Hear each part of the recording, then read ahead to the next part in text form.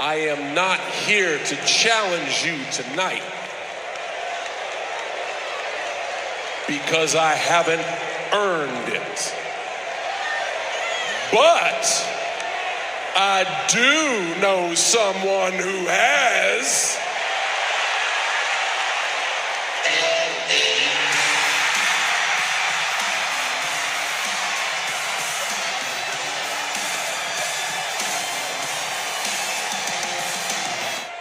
Let me talk to you.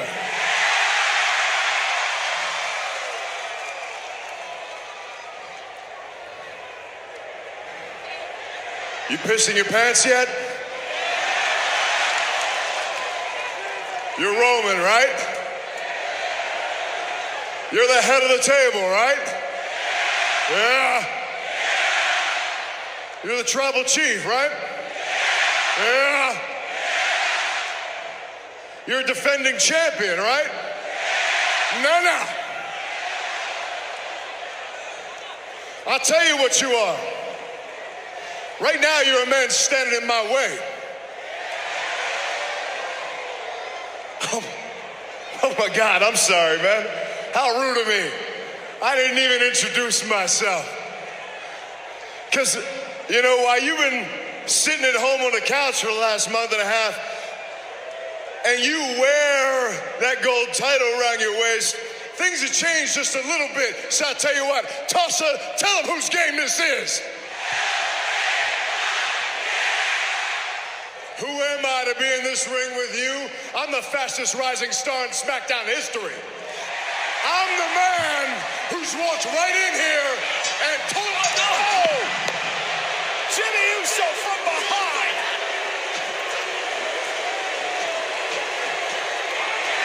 LA Knight tossing Jimmy Uso out of the ring.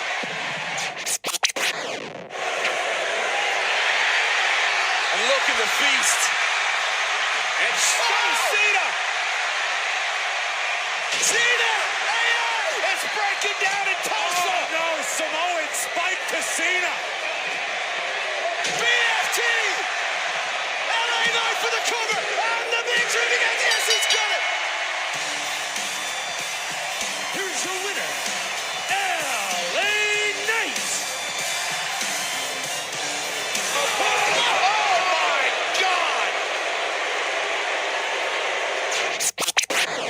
That's the kind of guys that say, we told you so, but we told you so. Okay, very good. We certainly did, and this match happening between LA Knight and Roman Reigns makes the scoreline Billi 295, Meltzer 0, or something along those lines, because this is becoming an absolute joke. And that's why I wasn't going to pass up the opportunity to do this show. I was sick at the weekend, which is why I didn't initially do the SmackDown review, and I'm feeling a little bit better now. At least I'm able to speak. So I decided to catch up with the news stuff. I owed people a Raw review, which we're going to do here, but I also wanted to talk about SmackDown. I did not want to let this go. How are people still blindly following this has-been, following this guy with the poorest accuracy record imaginable for a credible journalist? In any other venture, if somebody is wrong as often as Dave Meltzer, they are blacklisted into an oblivion, and nobody quotes them again because their credibility is absolutely shot. This guy is accurate 5% of the time, maximum 10, which means over 90% of the time he is wrong about what he reports. So much so that I was able to once again confidently combat not only his story, but a story that was echoed by all of the dirt shits, even though they know that they continuously report what he says and he is wrong. They still go with that old adage, oh, he's going to be right this time. Oh, maybe he's right this time. Oh, why would Dave be reporting that? Oh, surely he can't be wrong again. Well, he is fucking wrong again. He's wrong all the fucking time. Reporting that it would be John Cena and Roman Reigns in Saudi, even from a logical standpoint, How the fuck are you getting to that match? The last time John Cena faced Roman Reigns, he lost. And he hardly has a sparkling win-loss record since then. And I understand win-loss records don't mean everything. But how the hell would you logically even be getting to Cena and Roman Reigns? Let's forget about the fact that I'm in the know. And I actually, unlike this fucking has-been fuck, genuinely have sources within the WWE and report accurate news stories behind my paywall. Let's forget about that fact. And let's look at this logically. How the fuck were you ever getting to John Cena and Roman Reigns? So that was absolutely ridiculous in the first place. Once again, he's been proven wrong, which is ridiculous in itself. And we are getting LA Knight and Roman Reigns, something that I reported on 3 months ago and remained consistent with it.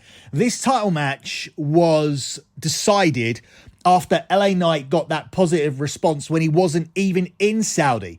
And when they were looking at viable contenders to stretch out this Roman Reigns run for another year, LA Knight was automatically on the list, and this was always going to happen. I speculated that it was going to happen and confirmed it 3 months ago, yet no mention of that, no mention of the Dirty Sheets, the most accurate news source in wrestling, well above Meltzer and well above Sean Ross Crap, who basically reports absolutely nothing. If you ever get behind his paywall, all you will see is speculative bullshit that isn't even worth tweeting out to troll him. The trolling aspect would be the fact that he even considered this to be relevant information. Whose TNA contract's coming up? Who gives a fucking shit? Not one relevant news story has been broken by this hillbilly fucking loser, wife-cheating hick at any point in the last 12 months. As for Dave Meltzer, he's been finished for a decade, yet these pointless, worthless, dog shit, dirt shits continue to quote Dave Meltzer on a weekly and monthly basis like, he's got to be right this time. He's got to be right this time. He's got to be right this time. Well, he fucking isn't. He never is. And this was the only place that had the story and had it 3 months ago and clearly said LA Knight versus Roman Reigns. So if you want your fucking news and you want it to be correct and you want it to be easily digestible via audio form, simply right click that button on Apple Podcasts and subscribe to the additional content and you will get that latest breaking news, because it's LA Knight and Roman Reigns. It's exactly what I said.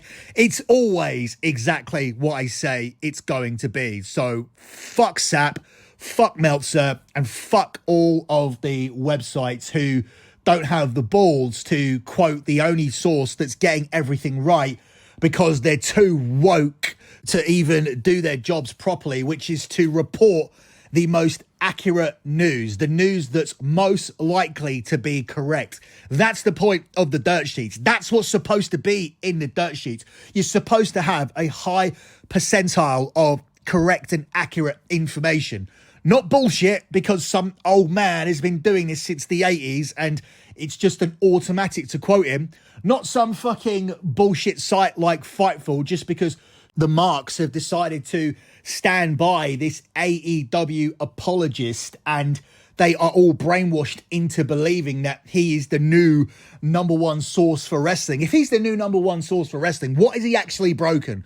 What stories did Sean Ross Sapp break in the last 2 or 3 years? He hasn't done a fucking thing. All he does is steals from other people. He got caught stealing from me. He got caught stealing from Steve Carrier and Ringside News this week, basically echoing all of their CM Punk coverage, which actually wasn't even correct. I have a newer story out about CM Punk behind my paywall. So all the guy is this woke warrior who is an AEW apologist and someone who jumps on every bandwagon possible shamelessly whilst pretending that he is this voice for the IWC. He's a fucking piece of shit, and we already got rid of one piece of shit recently. Ryan Satin is done, and it's only a matter of time before we expose Sean Ross Sapp. But as I always say, and as Brad Shepard says as well when he comes on the show, this isn't our full-time gig. If we decided to fully commit to this, then there would be a lot more coverage of the dirty sheets and whatnot. But the bottom line is that for me to fully commit to wrestling any more than I'm already doing, because it's the biggest commitment I've made in terms of doing more content for my paywall, it would mean taking a significant pay cut. It would mean losing time that I can spend on sports betting content, which for every follower that you get from sports betting is worth 20 followers in the wrestling industry. That doesn't make any common sense. That means that you are just simply making an illogical decision based on solely spite. And whilst we probably do this out of spite anyway, because we've spoken a number of times about stopping completely, as we've made our fucking point that all of these guys are fraudulent and they don't really have any kind of inside information. And also, as far as content goes, their content sucks, their opinion sucks, and it's a good fucking alternative to popping a fucking sleeping pill, putting on an episode of Fightful or Post Wrestling or whatever coma-inducing Mark podcast you want to fucking listen to. I'll throw Smart Wrestling Fan on that list as well. But once again, the point has been proven. The point has been made. It's Roman Reigns and LA Knight. Go fuck yourself.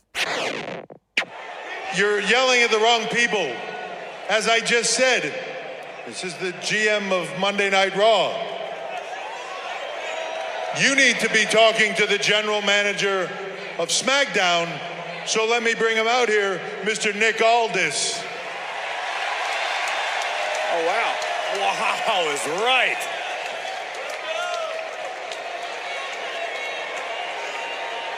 Nick's had an exceptional career in the sports entertainment industry. He's been in the ring with a who's who. Well, first of all, I'd like to thank WWE for the opportunity of a lifetime to be the general manager of the #1 sports entertainment brand in the world today, SmackDown. And Adam, I look forward to some healthy competition between our two brands. Me too. And Dom, good to meet you. I'm a big fan I'm a champion. of your dad.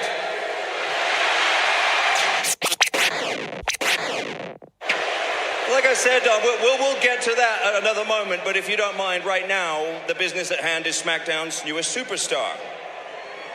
I don't care who it is. I will slap him and I will make him respect me.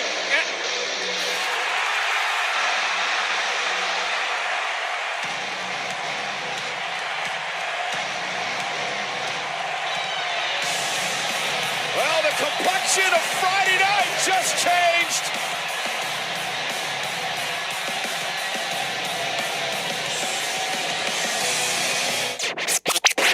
So we'll finish up with SmackDown now, and we'll talk about the major developments on the show. As we mentioned, LA Knight taking on Roman Reigns, as I always said it would be. He got the win at the end of the show against Solo Sikoa. Obviously, this is going to be the peak of what LA Knight does, at least for now. They've decided to pull the trigger early, as I said that they would, and have decided that he is a viable contender for the title right now. He's not going to win it. He's going to fall short. And perhaps after that, it could lead to a chase for the US title, which is likely to be held by Logan Paul after the Saudi shows. So this is the peak for LA Knight, and there was some criticism about John Cena kind of stealing the spotlight from LA Knight just by being out there. I disagree with that. I think Cena's actually been over the top and has almost damaged himself by being this cheerleader for LA Knight all of the time. And you don't really want Cena overdoing that, because if Cena is going to have the match with Solo Sikoa, which I'm told that he will be having at this Saudi show, unless things change, then you want Solo to get the biggest win possible. And Solo needs a win, because we're a far cry from the Solo Sikoa who is undefeated and lost his first match to Cody Rhodes. He's taken multiple losses now when you're looking at this loss to LA Knight, when you're looking at a previous loss to Jey Uso. So we kind of do need a rebuild of Solo, but the win over Cena really needs to mean something. And if Cena continues to play cheerleader, I'm not sure it will mean much. I think Cena's done everything he can to put over LA Knight. I certainly don't agree that Cena being out there took away from LA Knight. If anything, Cena's overdone it, and LA Knight is more than ready just by himself, even without Cena, for this title shot, because he is the most popular guy on the show. And right now is the time when most people are going to accept it, because unlike many, I'm not sure if this stuff does have the legs. His matches aren't particularly great. I can't name you one really good LA Knight match. And it really is just the promo stuff. But the stuff is probably going to wear thin. If it's still a big deal in 6 months' time when we head towards WrestleMania, then I would say it's probably the right call to have LA Knight beat Logan Paul on a big stage for the US title if Logan Paul is the champion. If not, then that will probably be the end of the LA Knight push, and he'll go back down to the mid-card. This is probably why WWE are hesitating to renegotiate a contract, which they would normally do with someone who has the merch sales of LA Knight and has a lot of merch going into production. So that's another story that Sean Ross Sapp completely flubbed, because he was turning around and saying that LA Knight was among the top merchandise sellers in the company.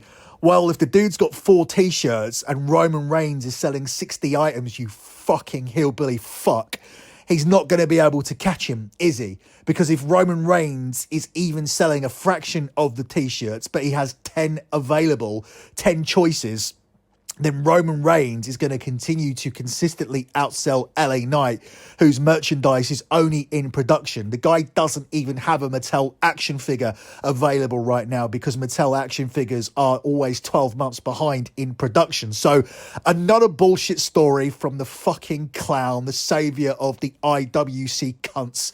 But more bullshit, more bollocks, not true. LA Knight is on the way up and there are plans for him.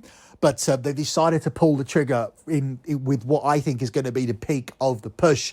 As for the other major development on the show, my friend Nick Aldis now on the show, very, very much deserved. I was worried when they said that he was simply going to be a backstage presence and he was going to be working as a road agent. I think Nick's too young for that.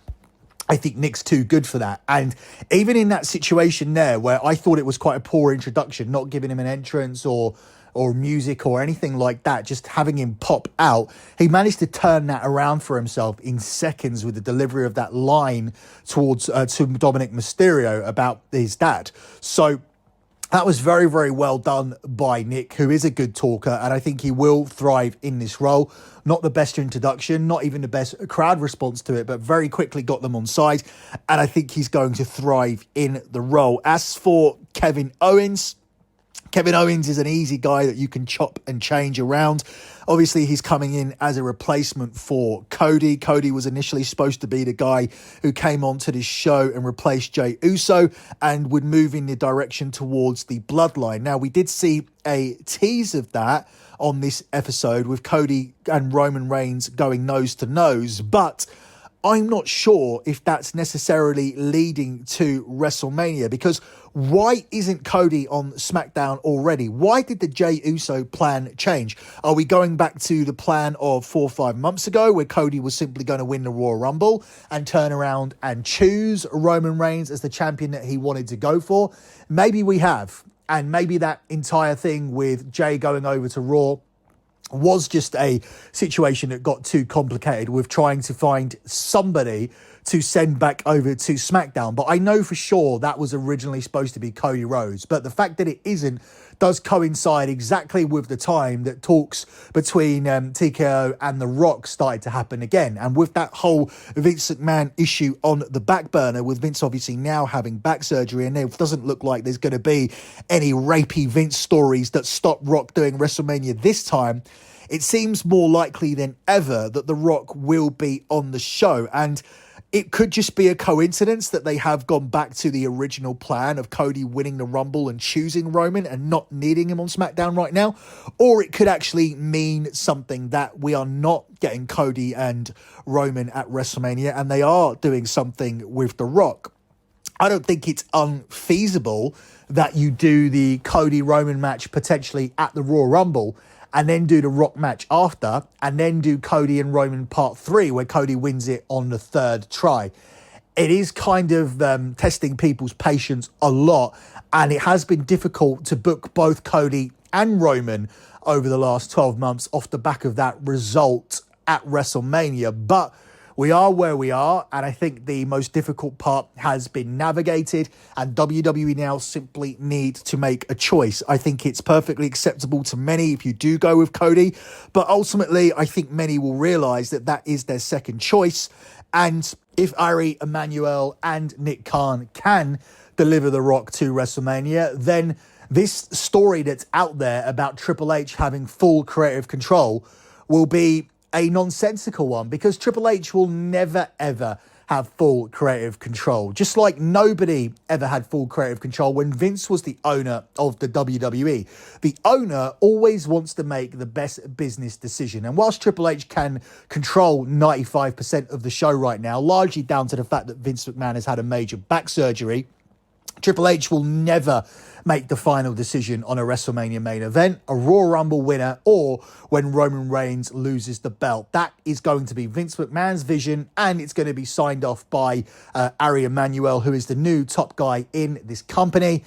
And if Ari Emanuel and Nick Khan turn around and say, we've got The Rock, you can rest assured the story ain't getting finished for Cody Rhodes, and he can sit there and wait a little bit longer, because The Rock is the number one choice for WrestleMania.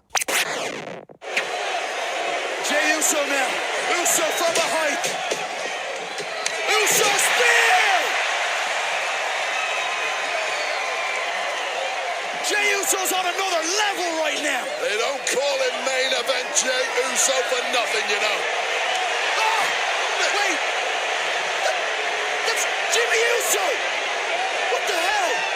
Jimmy once again flattening his own twin brother. No. And Finn Balor now making the climb. Jey Uso motionless. Coup de grace. Balor to win the Undisputed Tag Team Championships.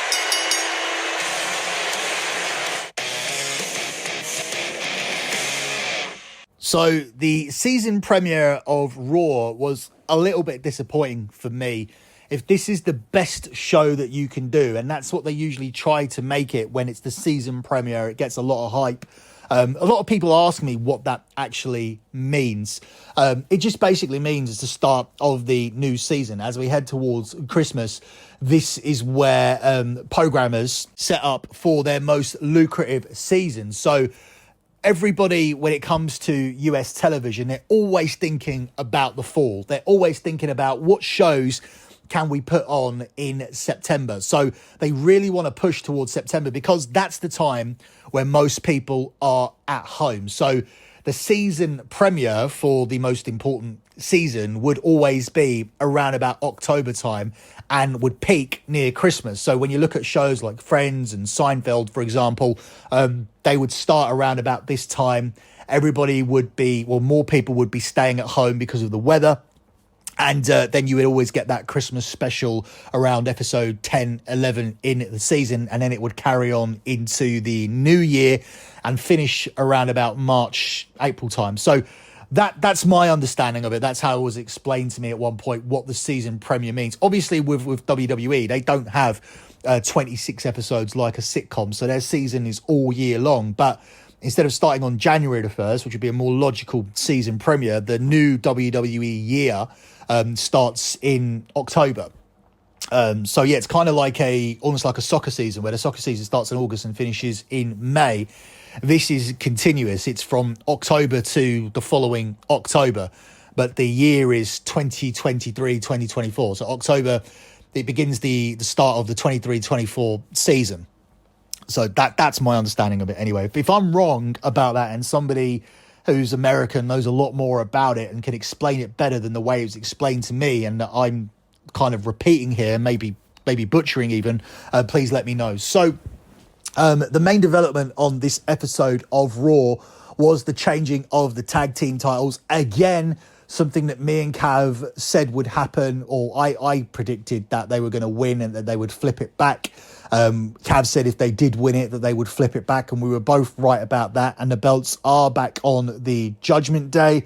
It was always going to be a short thing with Cody and Jay, and I think we're now getting set up for the Survivor Series. It seems very clear that the War Games match will be a combination of the Bloodline and the Judgment Day, with it likely to be Finn Balor, Damian Priest, Jimmy Uso and Solo Sikoa, and either one of Dominic or Roman Reigns, depending who does the show.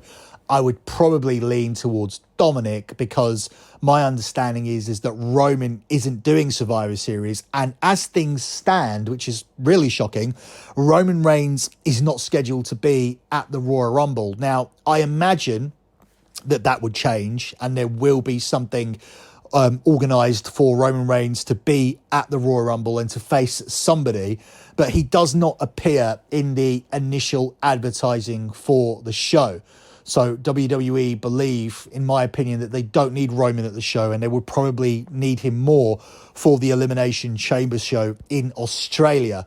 I don't think he's going to do both. So that would be very, very interesting and very shocking to some people if Roman doesn't do the Royal Rumble. And with that said, it makes it less likely that he'll do Survivor Series. So you are going to get 3 from Judgment Day and 2 from the Bloodline, with Jimmy also only being loosely affiliated with the Bloodline. I'm surprised he's still there. I would have thought that he would have been gone after taking that loss to John Cena. But it does ultimately look like we're getting an Uso match at WrestleMania, which frankly, I have zero interest in. I'm not somebody that has an interest in Cody and Roman, and I'm not somebody that has an interest in Uso versus Uso. So that's 2 of the big matches that we're looking at WrestleMania potentially that I'm not overly interested in. So I am one of these people that would like to see The Rock there. I'm one of these people that would like to see the situation resolved with CM Punk. I'm one of these people who was absolutely fine with Stone Cold Steve Austin wrestling another street fight. It's WrestleMania. I understand that you have this youth initiative and you're building towards the future, but WrestleMania is always different. And yes, you've done a lot of successful pay-per-views with the current roster guys and whatnot, but you still ultimately will need the likes of Brock Lesnar, Logan Paul, Roman Reigns, who's also a part-timer at this point. And you'll need more than that. You'll need more than that in order to make WrestleMania a show that's comparable to last year, because we knew that last year's WrestleMania was sold out quickly on the basis that many people thought The Rock was going to be there. And once again, the general consensus is that many people think that The Rock is going to be there. I'm not so sure. But the opportunity is there. It's now or never. When you're looking at The Rock's failure with Black Adam, when you're looking at The Rock's failure with the XFL, when you're looking at The Rock's relationship previously with Ari Emanuel of the UFC, his relationship with Nick Khan, and when you're looking at the strikes going on across Hollywood and The Rock not really being massively engaged with a project right now, and with him showing up on WWE TV and loving the response, because he really did need something positive in his career at the moment, which is crazy to say about The Rock. This is a now or never situation. But for me, I'm not enthralled with Cody Roman, and I'm not enthralled with the Uso match, but that does look like what we're getting. Whilst at Survivor Series, this does look like the setup for War Games, as we look to get Jimmy and Solo and Dominic, Damian Priest and Finn Balor, most likely going up against Cody Rhodes, Jey Uso, Sami Zayn, Kevin Owens, and most likely LA Knight, unless they can get John Cena to stick around for one more pay-per-view, in which case I think it may be Sami Zayn who gets bumped out of this match, because I think he's the one who is probably the least important out of the others. You can't get rid of Cody, you can't get rid of Jay, so you simply then have to debate as to whether you want Kevin Owens in the team or whether you want Sami Zayn in the team. Nia Jax perhaps got her match interrupted last week. You know what? Let me return the favor. Oh, it's Raquel Rodriguez out of nowhere. Raining down blows on Nia Jax. Badass women everywhere you look, and I love it. Match is still... Wait a second. It's Zoe Stark out of nowhere.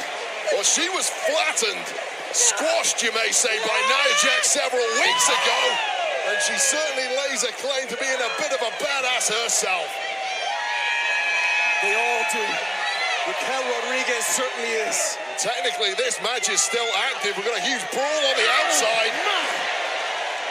Raquel flattening anything that moves right now. Raquel like a bull now. Oh! Out of harm's way is Nia Jax. Scouted by the irresistible force. Meanwhile, back inside. Yeah, there's always Stark's not part of this match. Oh! Stark straight into Paisley. What an absolute meltdown we're getting here on Raw.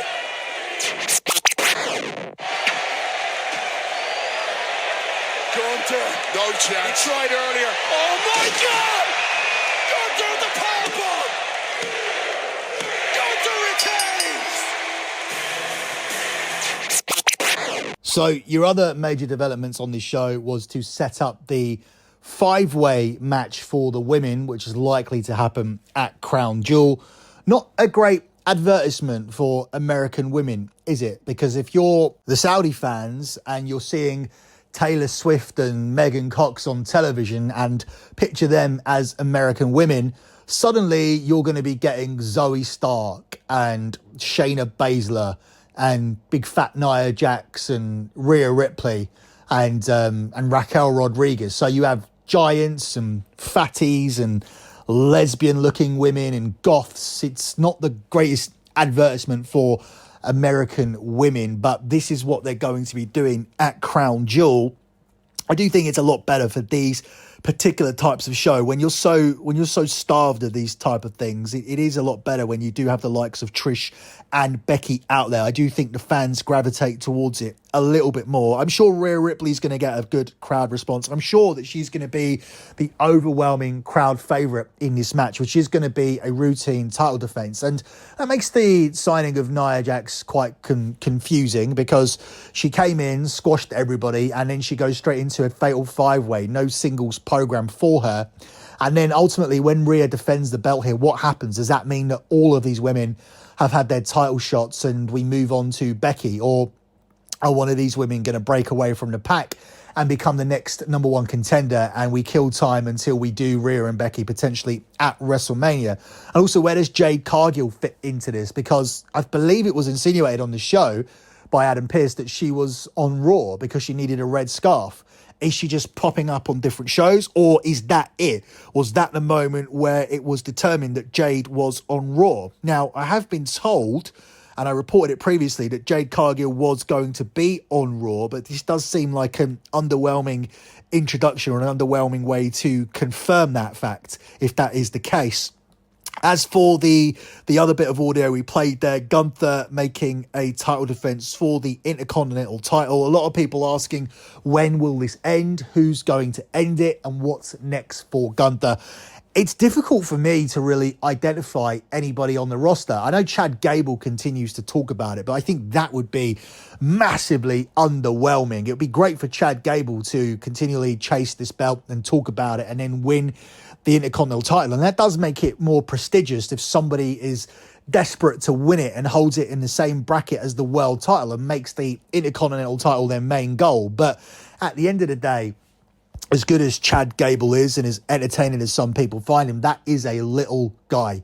That is a little 5'8" guy who cannot end this title reign of Gunther if you want Gunther to really go on and take do bigger and better things. So he's not the guy for me, although that is what's being hinted at on the television. I think ultimately right now they don't even have anybody in mind. I think it will just be a case of whoever gets hot at the time will be someone that they pull the trigger with. But I don't think it's really in their immediate plans to have Gunther drop this title. It would not surprise me to see Gunther getting past the 18-month mark quite comfortably with this belt. But with that said, I also would not disregard the possibility that Gunther just doesn't lose it at all. And the thing that ultimately leads to him dropping the Intercontinental title is the acceleration of his push, which would come via winning the Royal Rumble, challenging Seth Rollins for his title, and standing down as the Intercontinental Champion. Now, I don't think that's going to be what they do, because they would miss the opportunity to significantly put someone over and give them a big win and a huge moment. But it just depends how important it is to push Gunther. Do you want to put him forward for the world title as an absolute monster? And are you guys sold, personally, that Gunther should be elevated to that level? Do you see him as a world champion? Do you see him as a world champion more so than you see Drew McIntyre doing his current character? Because I would argue what McIntyre's doing is far more interesting and intriguing, and there is a far bigger upside to putting the belt on Drew McIntyre, not right now at Crown Jewel, but building up towards it once McIntyre is this full-fledged heel. Maybe that would be the right man and the right decision for the WWE to go with Drew McIntyre instead, because I do think there's more upside to Drew. I do think there's more upside with Gunther than there is with Damian Priest, though. Cav is a fan and sees Priest as a top-level talent. I don't. I think that Priest is just your generic cookie-cutter wrestler. He can go in the ring, that's great. He's got a great speaking voice, but is that really enough to be a world champion on this show? What I will say is anything is better than Seth Rollins. And this is my weekly Rollins rant. Again, he comes out there dressed like a woman. The promo skills just don't sit with me at all. This was actually a good exchange, but that was largely down to the fact that they were scripted to say the right things. They were scripted to say, give each other cutting comments, and Rollins' responses to what Drew was saying were very, very good. And what Drew was saying was exactly what Drew needs to be saying. Miss moment after miss moment. By the time everybody was back, the moment had passed, but I captured lightning in a bottle a second time. In the UK, one-on-one with Roman Reigns, over 50,000 people where it all began. And who screwed me over? The Bloodline. So I'm sorry if I'm not getting it over so quick. I'm not over it so quick. But we've got the third time lightning is in a bottle. You need to think long and hard how you're going to reinvent yourself for the 53rd time when I beat you and take that title from you at Crown Jewel.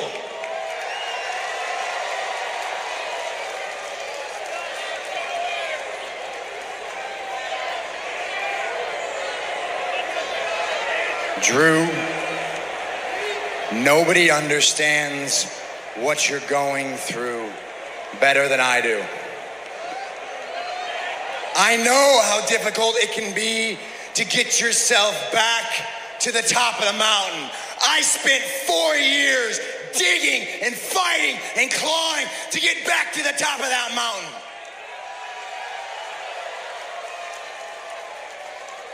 But all I'm hearing from you right now is a bunch of excuses. You're pointing fingers, you're making excuses, and I promise you that's not gonna get you where you wanna go. I am gonna beat you at Crown Jewel, and I promise you it will be the best thing that ever happened to you. Because for the first time in a long time, you will have no one to blame but yourself.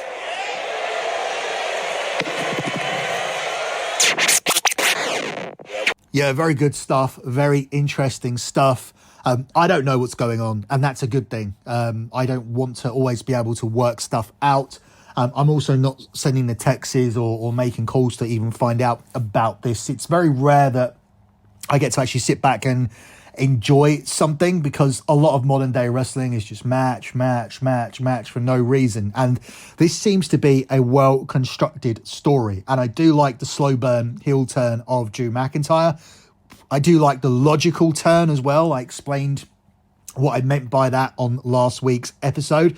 So I'm all in with this. And even with the stuff with Rhea Ripley and Drew McIntyre talking backstage, I have no idea what that's about, but I am intrigued and interested in it. If I was to venture a guess, which I know people want me to make, I would say that after Drew loses to Seth, the deal is essentially to beat the shit out of him after the bell to leave him vulnerable for Damian Priest. So the deal is essentially to make sure that Seth Rollins doesn't leave with the title. So the end result at Crown Jewel is either Drew McIntyre winning or the Judgment Day leaving with the belt and Drew getting first crack at the new champion, Damian Priest. That could be something that they've negotiated. But as I said, that is just guesswork. I know nothing and I choose to know nothing. That's it for me in this edition of The Dirty Sheets. Thanks for listening.